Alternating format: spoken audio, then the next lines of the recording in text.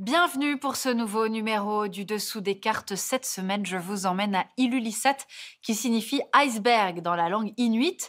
Ilulissat, troisième ville de Groenland, où l'on ne peut se rendre que par la mer ou par les airs. Un paysage immaculé et infini d'icebergs décrochés du glacier Kangia, classé au patrimoine mondial de l'UNESCO. L'iceberg qui a éventré la coque du Titanic est né ici, sur la côte ouest du Groenland.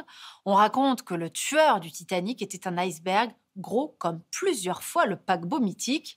Plus récemment, à l'été 2019, on a beaucoup reparlé du Groenland parce qu'un certain Donald Trump avait proposé à la stupéfaction générale de racheter le Groenland. Alors bien sûr, cela avait provoqué un incident diplomatique avec le Danemark, à qui appartient l'île. Mais au-delà, cela a mis en lumière ce Groenland, qui, vous allez voir, intéresse désormais tous les grands pôles de puissance. L'Amérique, l'Union européenne et la Chine regardent aujourd'hui vers le territoire glacé pour ses ressources et pour sa position géostratégique à l'heure de la fonte des glaces. Tout de suite, voici Groenland, banquise et convoitise. Le Groenland est situé aux confins de l'hémisphère nord, au large des côtes américaines. Il est bordé par l'océan Atlantique au sud, la mer du Groenland à l'est, la mer du Labrador au sud-ouest, la baie de Baffin à l'ouest et l'océan Arctique au nord. C'est la plus grande île du monde après l'Australie. Sa superficie est de plus de 2 millions de kilomètres carrés, soit 4 fois celle de la France. 85% de son territoire est recouvert d'une épaisse calotte de glace, pouvant mesurer jusqu'à 3 km d'épaisseur, le mont Gunbjörn, le plus haut de l'île, culminant à 3733 mètres. La majeure partie du Groenland est en effet située dans le cercle polaire arctique et sa côte nord est distante d'à peine 1500 km du pôle. Les températures peuvent descendre à moins 50 degrés en hiver et atteignent en moyenne 10 degrés l'été. L'île est donc un environnement très rude et compte seulement 56 000 habitants. Le tiers de la population vit à Nuuk, la capitale. Le reste se répartissant sur les villes et villages côtiers. 89% des Groenlandais sont d'origine autochtone, leurs ancêtres appartenant au groupe Inuit, vivant sur les côtes nord du continent américain. Le reste de la population est majoritairement d'origine danoise et on va essayer de comprendre pourquoi.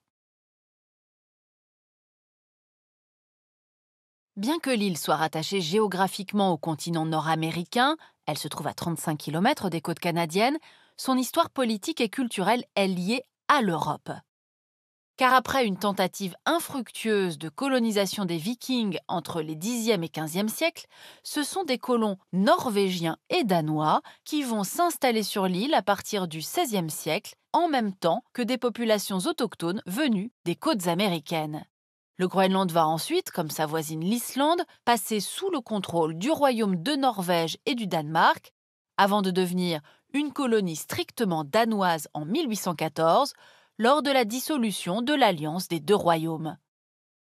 En 1953, le Groenland est pleinement intégré au Danemark. En 1979, ce véritable territoire à part, distant d'environ 3000 km des côtes danoises, accède à une autonomie renforcée vis-à-vis de Copenhague. Autonomie qui s'étendra après un nouveau référendum en 2009, une partie de la population aspirant à une indépendance pure et simple.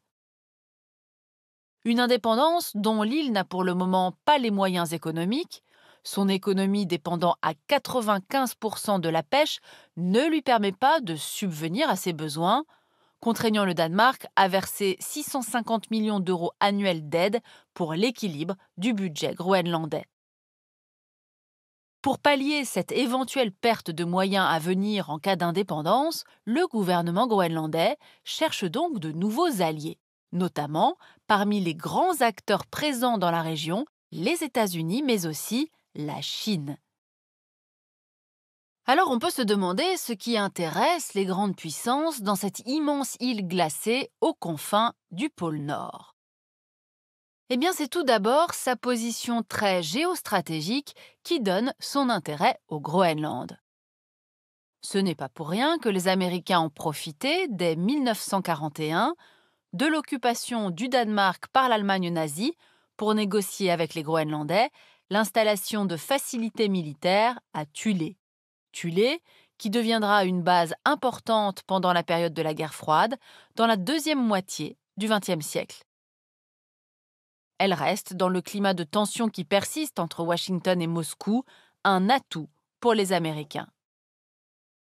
On l'aura compris, le Groenland convoité par les États-Unis, à l'image de Trump, voilà qui n'est pas nouveau. D'ailleurs, dès 1867, alors qu'elle rachetait l'Alaska à la Russie, la République américaine proposait déjà au Danemark d'acquérir le Groenland, ce que refusa à l'époque déjà Copenhague. D'autres propositions de rachat par les Américains suivront et seront toujours systématiquement refusées par le Danemark. Par ailleurs, il y a un autre intérêt à être présent au Groenland, faire partie du fameux Conseil arctique. Vous allez comprendre pourquoi.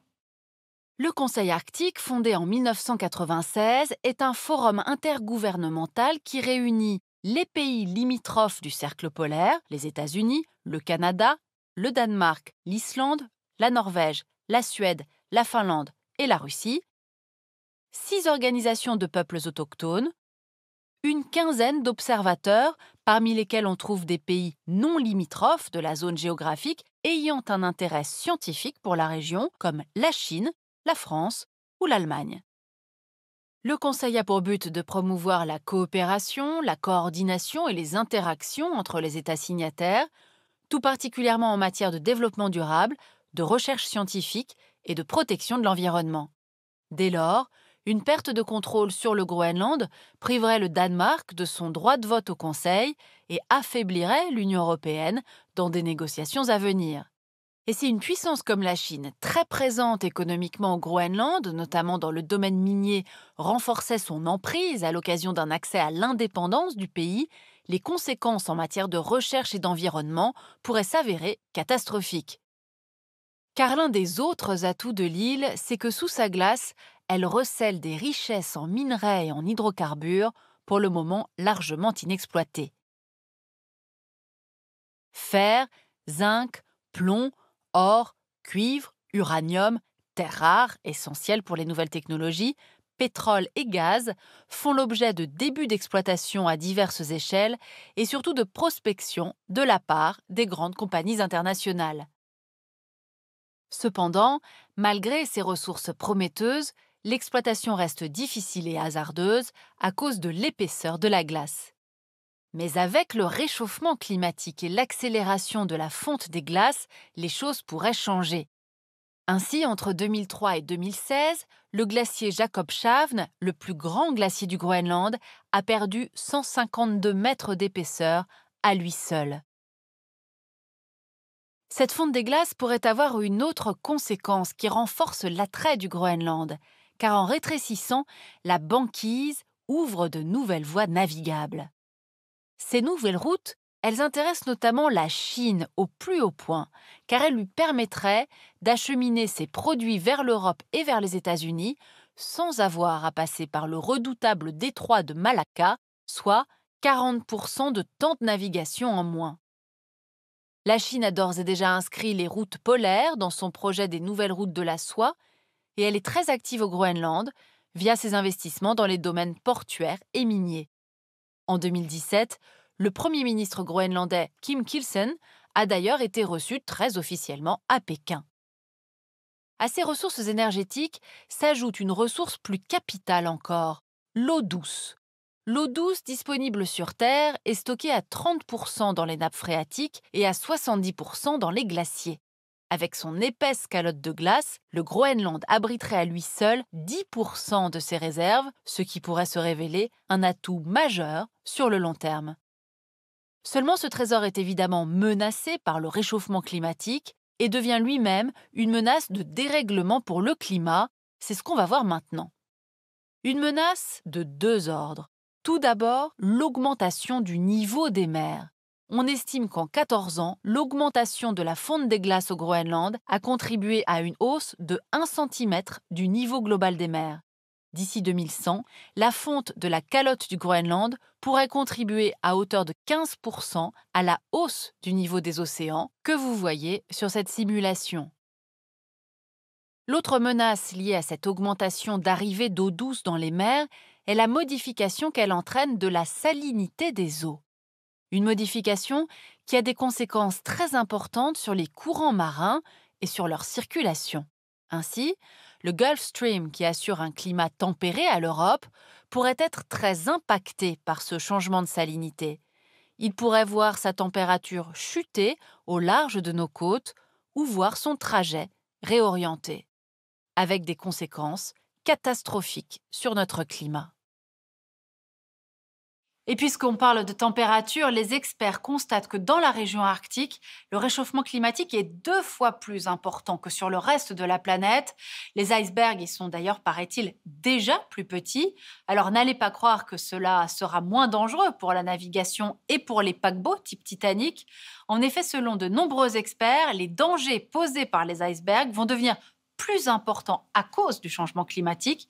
Ils pourraient en effet augmenter les risques de tsunami lorsque les plus gros d'entre eux se détacheront des glaciers en provoquant d'énormes vagues. Deux livres essentiels pour aller plus loin, Groenland, climat, écologie et société, sous la direction de Valérie Masson-Delmotte, Émilie Gauthier, David Grémillet et Jean-Michel Huquetin. Et puis dans un tout autre genre, Jean Mallory, Les derniers rois de Thulé, avec les Esquimaux polaires face à leur destin. Ainsi s'achève ce nouveau numéro du Dessous des cartes. Rendez-vous bien sûr la semaine prochaine. Même endroit, même heure. Et d'ici là, n'oubliez pas notre site internet arte.tv. À bientôt.